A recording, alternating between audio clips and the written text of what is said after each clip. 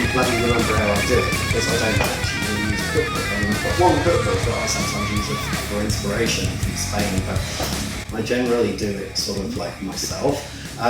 So today we're going to make fisherman's pie, which is an old favourite of mine when I was a little kid. It's really nice. It's one of the few recipes I make that doesn't use garlic or lots of oil.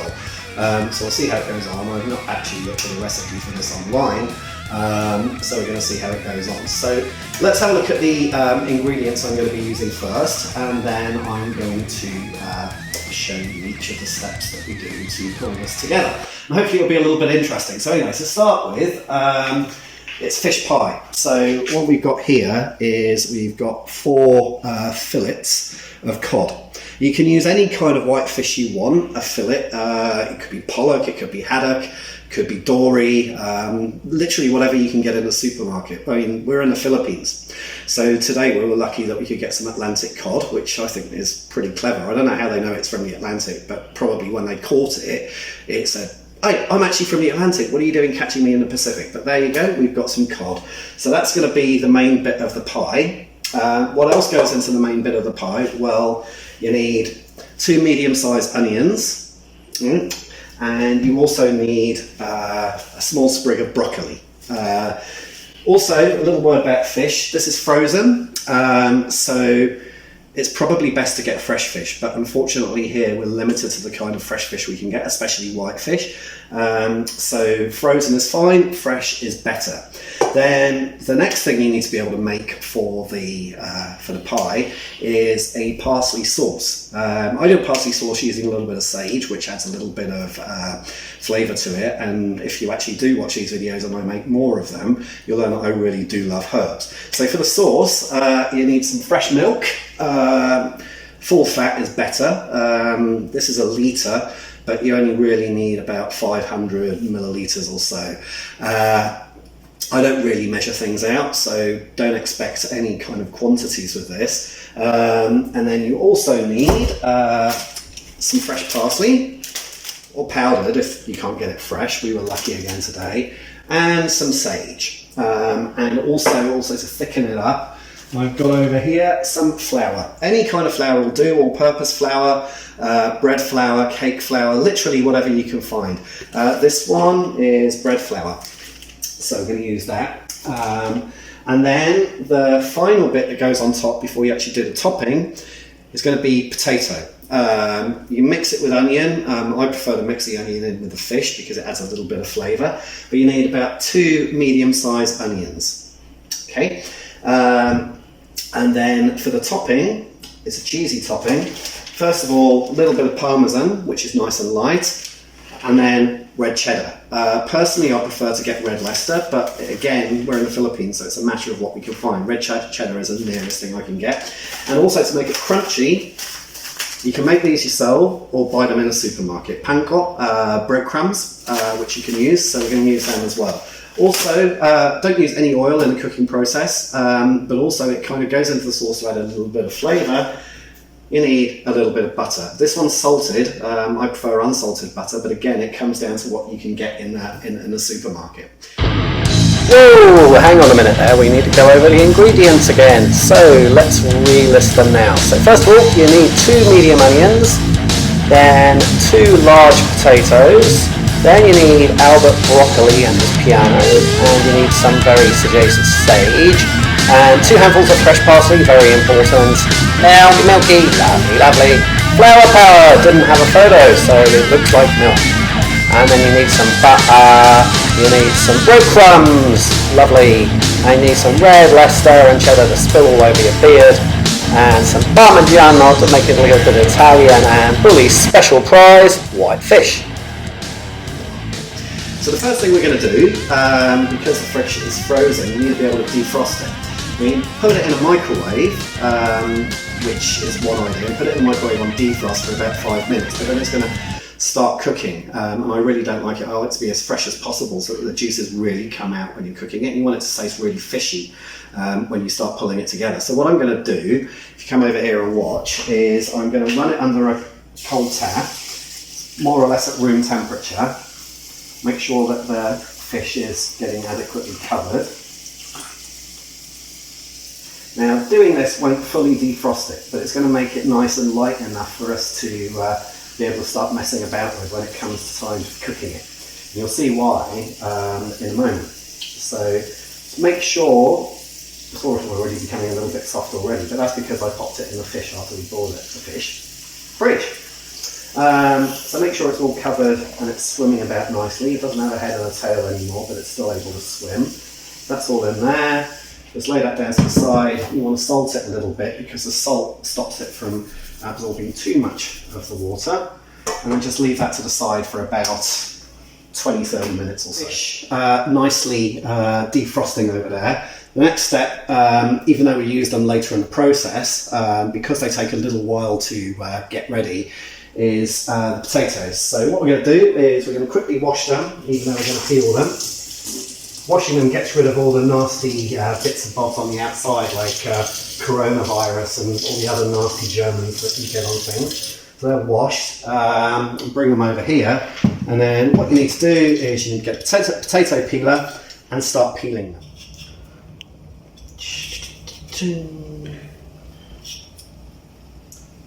So potatoes are now peeled, so we're going to go to the next step. What you're going to do is you've got a slice of potatoes. So these are going to go on top of the fishy mix. You need to slice them basically, so if you're calling that vertical, you're slicing them into horizontal sections. You don't want to slice them too thin because otherwise they're going to fall to bits. So you need a good knife, good chopping board, right? And you're going to hold your potato down like this. And you need them probably about 1/2 centimetre or so wide. So let's go through here.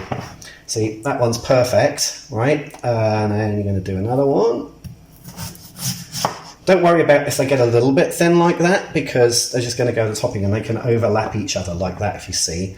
You try to get as many as possible from them, so do try and keep them thin, but not too thin.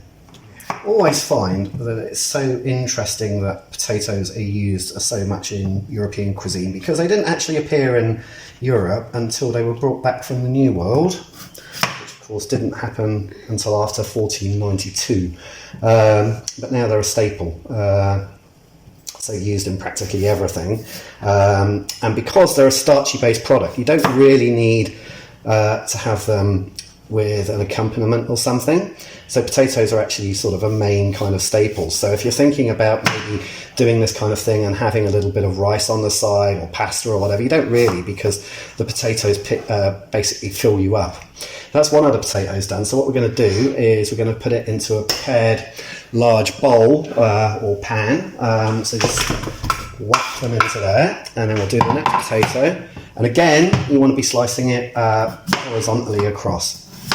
That's all done. So again, bosh straight into the pan. Right, so you need to put it on a large hob, and you need to put it on a high heat. But obviously they're not going to boil on their own, so you need to have them with boiling water. And it will take a while because this is electric. If you've got a gas one, you can just put the water straight in. So what I'm going to do is here's some I made earlier boiling water, just covering all the potatoes. And what you want to do, you don't want to boil them totally because otherwise they're going to be too soft. You just want them so they're just nice and kind of soft, but not cooking ready to eat soft. So we're going to leave them in there probably for about 8 to 10 minutes while they boil. And the beauty of doing the potatoes first is that you can then start getting on with the preparation of everything else, which for this kind of meal, there's not that much to do. It's actually really, really easy. So even I could probably do it with my eyes closed, he says. Right, so you need to start preparing the stuff that's going to go in with the fish. So that again is your onions, broccoli, and that's about all we need to do. So we'll get a couple of plates ready. I always find it much easier to have a couple of plates with the stuff that I'm going to be cooking on ready, because then you always get a free chopping board, and it's easy just to put stuff into the pan when you make things. Nice and easy, right? Especially in a small kitchen like this. So what I'm going to do is I'm going to start, not that knife. The other trick is to know where things are in the kitchen. What I'm going to do is just basically take the skin off these onions. Do that first. quickest way to do it is always take the ends off, chop the little bugger in half, and then take 1, 2, and there boy, and número 2 is, where's the end on? There we go. Also makes sense if you get like regularly shaped onions. Then chop in half. Off we go with the skin.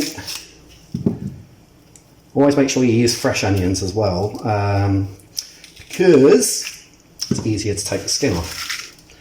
And off we go with that, not needed. Thank you very much, farmer. And then what we're going to do is we're just going to slice these horizontally across. Should out of a medium-sized onion probably get about 4 slices across like that, and you break them up like that. If you're frying them, you don't necessarily need to break them up, but again, this isn't a dish that needs much oil, if at all, so we're just going to break them up to start with into the plate, like so. So there goes the onion, they're all ready. Next bit is the broccoli, which just adds a little bit of green into the sauce. You don't have to put broccoli in if you don't like it. I just like it, so it's going in. We'll take the wrapper off, give it a good wash to get rid of those Germans. And all we're going to do is quickly chop it up. So we're going to take this bit off because we don't need the stalk. Always try and chop it about here, so you can see each of the stems going onto it. If you chop it here, it's much easier to pull the bits in a second. We get rid of that, don't need that. And then see, it all falls to bits nicely. Just have to pull each stem off, just break it up into the little bits. You have them larger if you want, or smaller if you want, it really depends on you. And you just throw them in, boom, boom, boom, boom, boom. And broccoli, you can boil it, you can fry it, you can bung it in the oven to go hard, but this is actually going to go directly into a sauce mix, so we don't really have to worry that much about boiling it up to start with, because it's going to take on a lot of moisture when we cook it. And just do this. Broccoli, of course, is really famous because there was Albert Broccoli who was involved with the James Bond movies. It's probably the most famous broccoli, actually. Don't know if you know any more famous broccolis, let me know. But broccoli is very, very good vegetable for you. It stops cancer and lots of other things. Well, it stops you or gives you less chance of developing cancer and things like that. Only trouble with broccoli, as you can probably see, is it leaves little bits on your hands. So when you've done that, all you got to do is wash your hands. So the next bit we're doing is we've got the bits ready to go with the fish. We're just going to finish off preparing stuff for the sauce. So we need, thing with herbs is some people love them, some people hate them, but they really do add a lot of flavour into what it is you're cooking. And I tend to go a little bit OTT with them. I like lots of them, but you can use as much as but little as you want. For this sauce, you really need 2 handfuls of parsley, and I'll say once I've pulled it together, that's probably about 2 handfuls. I actually checked this in the shop before. So give it a wash, get rid of the coronavirus, any other nasty nifs. Water basically kills 99.9% of all known household germs, apparently. But I wouldn't think so. So all you need to do with the parsley is pull it off and pop it on a plate, and you'll see what we're going to do in a minute. Because you don't want the stems are just crap. So you're going to be ending up with some of the little ones, but don't worry too much about that. It's easier if you use parsley leaves, but there's not that many available in the shop. So all you do is pull this off. It takes a little while. It's the same as if you're using basil. And it takes a while just to pull everything off. But the thing is about these herbs, these are all herbs that were easily available to people in Europe back in the day. So like back in the Roman period, the ancient Greek period, the Viking period, the modern period, and they all were used in lots of kinds of cooking because the people then believed that they would give them health benefits, gives them longer life, and so on and so forth. I mean, the 3 key herbs used in those days, apart from basil, obviously, were rosemary, sage, and guess it, this stuff, parsley, because they will give you longer life. So, like sage, for example, you might think sage, oh, that means someone who's really clever. It doesn't actually. It comes from the Latin word for it, which is from, I think it's servare. Servare is servale officialis or something like that. It's a Latin name. I need to check it, and I'll pop it on the comment thing in the video. But it comes from that, servare, which is where we get the modern words save, salvation, and all that kind of thing from. But it literally meant prolonging life or prolonging. So if you use these herbs, not only are you getting a great source of vitamin A, vitamin D, and less known vitamin K, which is actually a thing, you also potentially prolonging your life, as well as getting something really tasty. Herbs always add a bit of flavour, but always make sure you use a fair bit of them. I do. But if you don't like them, use less. That's what I would say. But for this recipe, because remember I said at the start of the video, we're using about 500 millilitres of milk. So you want enough to disperse through that and actually give it the flavour you want. You don't want to be eating a milky, creamy thing that just tastes as though it came out of a cow, because this isn't a beef dish. So, you know, you're not here to eat the bloody cow, you're here to eat the fish. So you want the herbs to actually do that. So finish with that.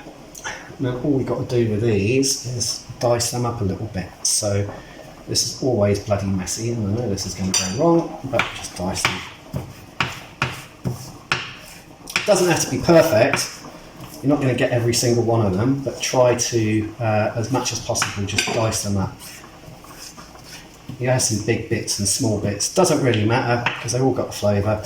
Just basically by dicing it up, it means it's easier to mix in with the sauce that we're going to be making shortly. And to dice them, all you do is keep pushing them up, cutting them like anything else. Don't worry if a bit falls off, because we've got more than enough here. The other benefit, of course, of chopping things up, you get to check if you've left in any errant stalks. Now, with things like basil, which I use in a lot of dishes, it doesn't matter if you've got a little bit of the stalk. Not the long ones like that, but short ones like that's fine. But with parsley, no, you don't really want that.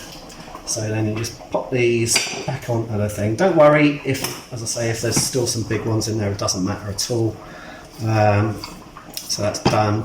Don't worry about cleaning the chopping board, because the next bit is fish, which is going to get the flavour of all of that anyway. About 5-8 minutes, the potatoes I've just checked, best to check with a fork. Don't push it too hard, otherwise you're going to break them up, especially if you've slightly overboiled them. You're just checking them with a fork to see if they're soft. Now, obviously they're still going to feel a little bit hard, but that's the point. It's as if they softened up compared to what they were, and you can feel that they go a little bit kind of bouncy, like you're expecting a bouncy castle. So what I'm going to do, rather than just pour out all of the water muck, is I'm just going to take them out with a holy spoon and just put them into a bowl, and they can sit here and cool while I get on with everything else. So just taking them out. So it's a fisherman's pie. Here I am fishing. And just to show you the kind of consistency I'm talking about, you see there's a little bit of potato that's come off there because it started getting soft on the edges, and I can just about poke that now without much pressure from the fork. It's still a little bit hard, but that doesn't matter because it's going to go in an oven and it's going to cut more. This is just to make them nice and soft so that they're ready to go in. But you don't want them too hot, because you're going to burn your fingers when you're putting them into the pie bit. So you just need to take them off, put them in a bowl, large plate, whatever it is you've got to hand. I'll probably suggest using a bowl more than a plate or something, because if you put them on a plate and they're wet, they're liable to slide off, fall to the floor, and you're going to have to do all the potatoes all over again. And your missus, who is sitting around absolutely hungry, is going to start yelling at you because dinner's not ready. So probably best to put them in a bowl, mate, I tell you. Right, because I'm not that environmentally friendly, I'm going to leave the hob on. You don't have to do this at home, kids, because otherwise somebody might come up and burn themselves. but it just saves pissing about later because this is an electric hob and it takes forever to heat up. Now, if you're doing it with the gas on, don't worry, you can switch it off, burn it back on later, but just to save time, I'm going to leave that on. So get rid of the water. Don't need this bowl again, so I'm just going to roll some water in there. Check how this is defrosting. See the fish is getting nice and soft now. This has still got a bit of ice in the middle, but you can see it's really defrosting nicely. Probably about another 5 minutes, and it's been doing now for about just under 20 minutes or so. So 20 minutes, half an hour, and it'll be done. And then we're ready for pulling together the sauce and the fish, and then we'll get on with the next stage. But we've got to prepare the fish first, so let's wait for it to defrost, another 5-10 minutes, and then we're done. So while we're waiting for the fish to finish defrosting for the next 5-10 minutes or so, we might as well make the topping. For that, you'll need a hat, which some people call a bowl. You'll need your cheese, and you'll need your panko, or breadcrumbs if you know themselves. So all we're going to do, this is, I don't know, I don't measure things out, it's just basically by sight. So I think the best thing we're going to do first is add in the breadcrumbs. So let's get some scissors out, get this ready to go. All we're going to do is pour in the panko into here, make that look good. And just to let you know how I'm measuring this out visually, is when we cook it, it's going to go into a baking pan, which is about this big. So what we want to make sure we've got enough topping that when we've got the fishy stuff in here and the potatoes on the top, it's going to be enough to cover it. And that's, yeah, we need a little bit more. We're going to put some cheese in there as well, but just so you know, that's the size we're aiming at for, so we're looking in here. It's not an exact science, and I'm not in danger of making any rockets soon. So let's start with about that much and see what happens when we add in the cheese. Got a little bit of parmesan. Parmesan, so you've got light flavour, and always like at least, if I'm doing something cheesy, I want at least 2 kinds of cheesy on it. That's good. So pop that in there. Probably, yeah, that's fine. Mixes nicely with the panko. So you see what I'm doing, a little bit in there. Just mix it together with the panko so it's all nicely mixed. So you've got a nice parmesan panko mix. And the reason I'm putting the parmesan in first is when it's kind of grated or sliced like that, it's fine, just like breadcrumbs. If you look at that in my hand, that's a mixture of Parmigiano and breadcrumbs. Then we're going to add in red Leicester substitute, in this case red cheddar. Now I'm a really cheesy kind of person, I have cheesy jokes, so I'm going to put in some nice fair whack of red cheddar. And this is all sliced, so don't want it to be overflowing in the bowl. So we'll start with that, we'll put some more in later. You just need, kind of need it, I guess, just mix it all in together. So you've got a good mix of panko, the breadcrumbs, the red Leicester, the Parmigiano, and there. You see, like, it's beginning to evenly mix up. So really, there's not a lot of like yellow in there, so we need to put some more in.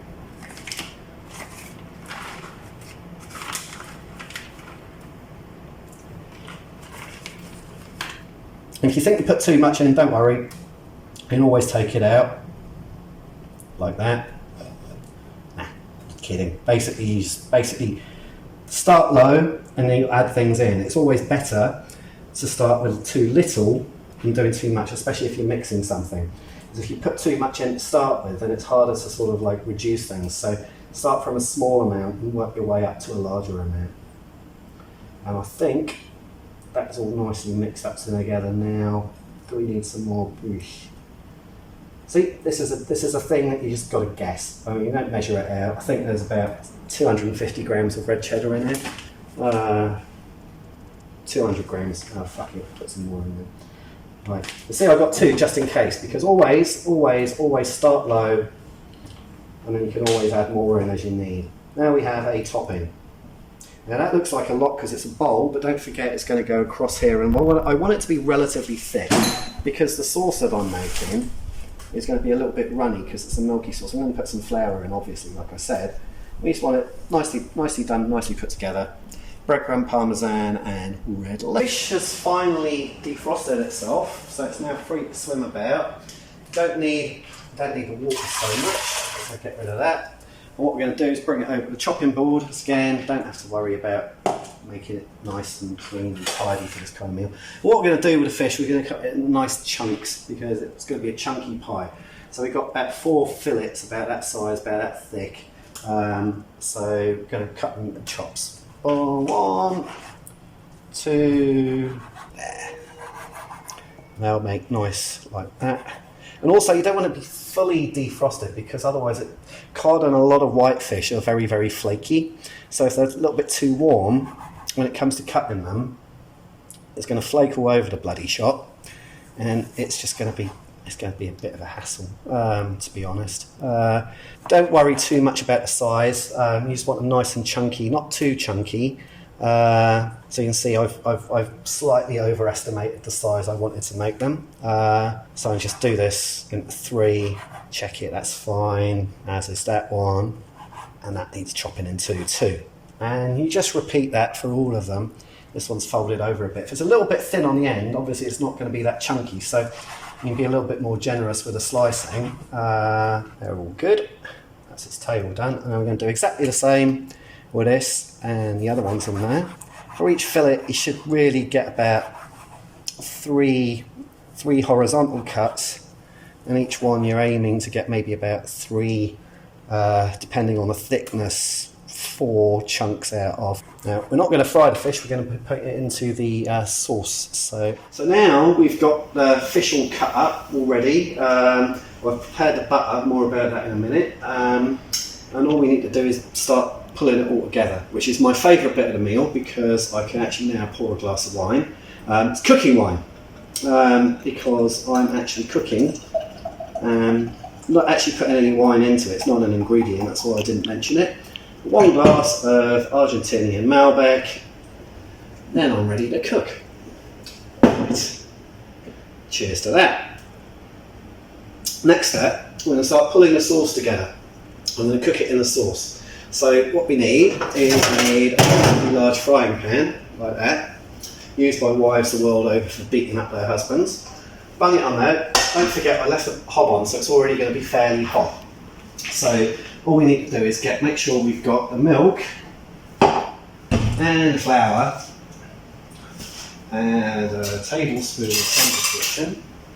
Because theoretically when you're making a sauce, it's usually with about 500 millilitres of milk. You need about 5-6 heaped tablespoons. Not that I bother measuring it, but what we're going to do, wait for that to start heating up. It is, bung in the milk.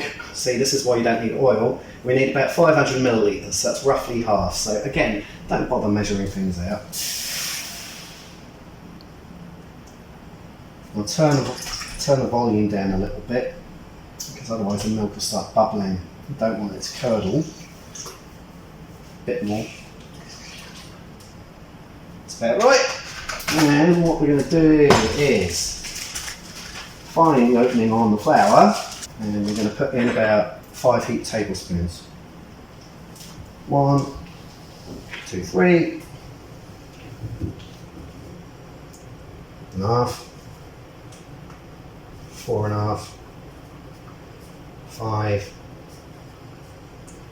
6. And we can always put more in later. So, as a rule of thumb, always leave the flour lined by the side, because then you can tell when I start mixing it, and that's going to be thick enough. Yeah, should be fine. Maybe a little bit more for luck. So that's about 2 tablespoons, 2.5 tablespoons. See, who bothers measuring things out? Me, no. Right. What you need to do is you don't want the milk to really start bubbling so much. You want to get the flour so it's in little clumps. Just don't worry, it's all gonna mix in later. And then what you're gonna do is you're gonna bung in the herbs. So first of all, parsley sauce, parsley. In goes parsley. I'm gonna bung that over here, and we're gonna mix that together. You see it's coming to a nice consistency with the flour. and this is why I've turned the volume down. It was on 11 and now it's on I think about 6. Goes up to 10. So that's nicely mixed in. I'm going to bung some sage in. I don't know, because this is a new bottle. Oh, it is open. Basically bung in some sage. Not too much, because sage is actually quite... I mean, so just a little bit of sage. Not too much because it will overpower. Let's see, that's thickening up nicely. And stir it around so the sage and the parsley is all mixed in nicely there. You can start to smell the herbs, right? Especially the sage, because sage, as I say, is quite a strong flavour. Then, importantly, you need about 4 large knob of butter. That's probably about 2-ish. I also, just as an aside, I left the butter out from when I started making this, so it kind of melted a little bit. So it's easier when you bung it in. I can bung it back in the fridge because it just melts a little bit while you're pulling it all together. What you want to do is you want to stir that around so it's coming nice and thick now. Stir in this. You want it to start so it's almost all melted. You want the sauce to go a little bit yellow. You can probably see that already. Just as the sauce is thickening, the butter's going to add a little bit more liquid and a little bit more thickness and a little bit more richness. And then what we're going to do, once that's more or less done, you want to also make sure that especially the fresh herbs don't sink to the bottom, so it gets stuck, and especially in a pan like this. In fact, the next bit goes in, slam in a fish, right, boom. You want it nice coated in the sauce, and I think that sauce is coming a little bit too thick. And again, this goes back to what I said earlier, is never put too much of stuff in because you can always add more later. So I'm going to put in a little bit more milk because I want it a little bit more runny than it is. Always start a little bit less than you think you need. What you do now is mix that together. Oh yeah, it's getting a bit more runny now, it's better. And again, this isn't about cooking the fish in a pan. Remember, it's a pie. What I'm doing is just mixing it in here so it's already in the sauce. It's got a bit of flavour on it for when I start putting it into the oven. And the job's a good one, so it's just starting to cook a little bit. And like with any fish, as you know, it's going to be, it's fairly quick to cook. This is going in relatively from frozen, so I can be a little bit more liberal in the time that I'm cooking it for. So make sure, again, when you're cooking things, it's the same if you're cooking anything in a pan and you've got little bits of veggies or whatever in there, you'll find that they kind of like dissipate a little bit, especially in this kind of pan. So you just need to keep making sure it's mixed and it's relatively even. Next in, we're going to bung in the onions. And again, although they cook quicker than broccoli, it's for the flavour. You want to have a nice onion kind of flavour to the sauce. You can, I use a lot of garlic, you can add in a lot of garlic, but this isn't the kind of flavour, recipe even, that calls for that kind of thing. And also add in black pepper, but back in the day when fishing housewives made this kind of dish, there weren't any potatoes, but no, there certainly weren't any pepper, because that was a luxury spice brought in from Spice Islands. So no, we're going to make this more or less authentic, like it would have been made a few hundred years ago in England. So just make it. You don't necessarily want the mushrooms to go all runny and stuff, because they're going to do that in the oven anyway. So you just mix it together, and you can see because I put in a little bit more milk, it's got a little bit more runny, which is exactly what we wanted. So now it's about the required consistency. So if I grab a spoon, see the consistency of the sauce is sort of like that. It's not super thick, but it's not super runny either. So it's got a kind of semi-liquid consistency. I mean, if I pour it off, it's gonna drip, but not like a runny sauce. So that's exactly how you want it. You just mix it all together. Make sure again everything is nice and even, right? And then we're going to bung in the broccoli. Last one. In goes broccoli.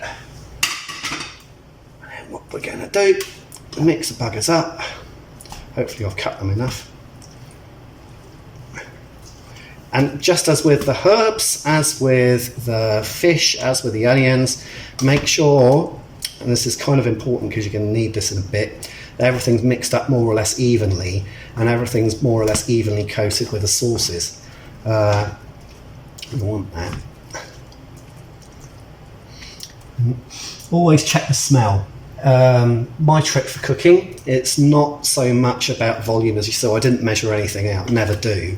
It's by sight and it's by smell, which is a good old-fashioned way of cooking, of course. I can smell the fish is beginning to impart flavour, and before we start actually putting the pie together, we want the broccoli to loosen up a little bit, but we also want the fish to start really smelling more of fish. So it's going to cook it a little bit longer in the pan, so the fish juices actually start sort of transfusing themselves into the sauce, whilst keeping everything even, making sure the milk and sauce doesn't curdle, and whilst importantly adding a little bit of cooking wine.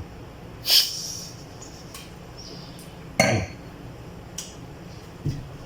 good wine, by the way. It's a Malbec, 2017 Malbec from Argentina.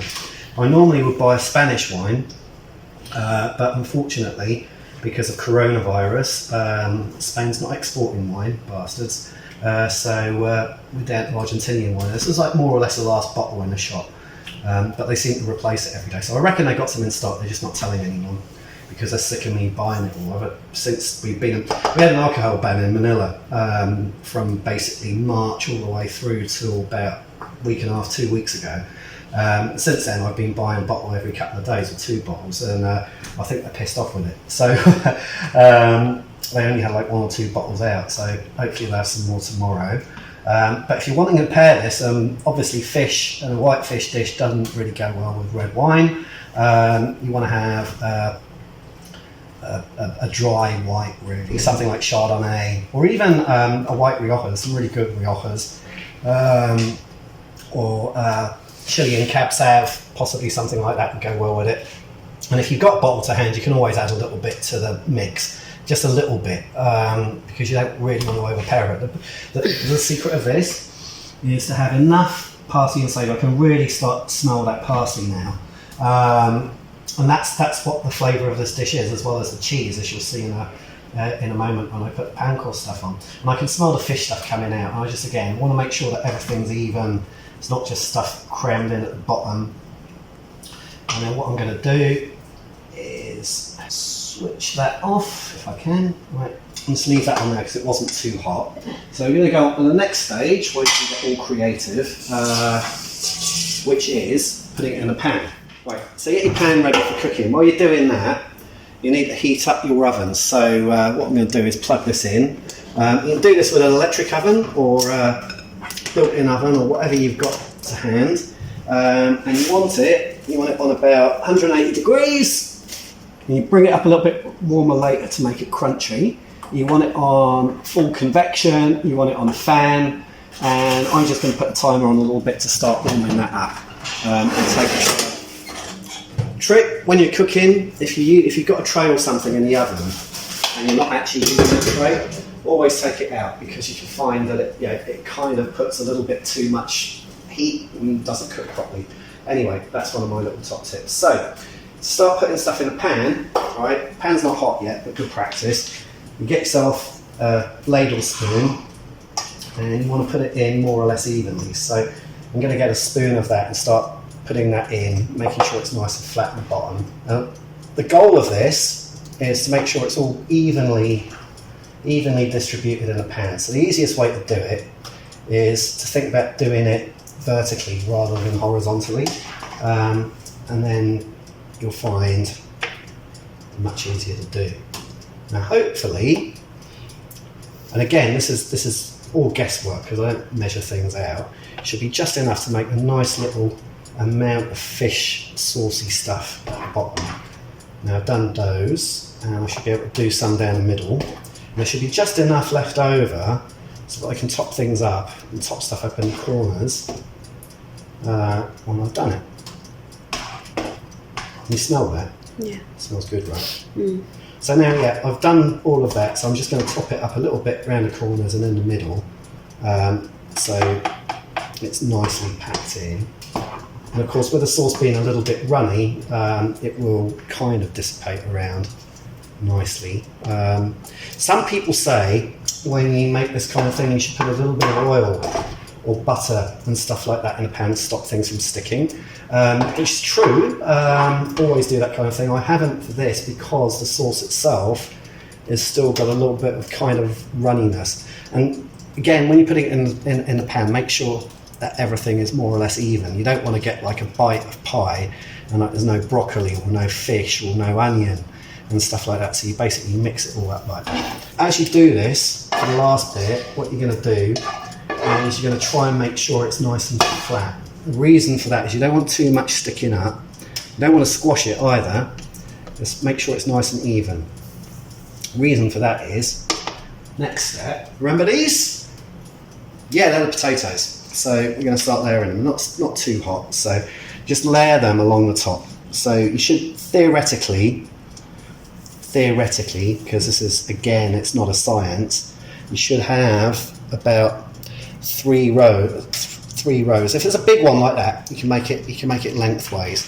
So there's another big one. And the lower we get in here, the hotter they get because they haven't lost their heat yet. So you're just layering them on the top. And you ideally want to get about 3 rows to start with. So you put that one here.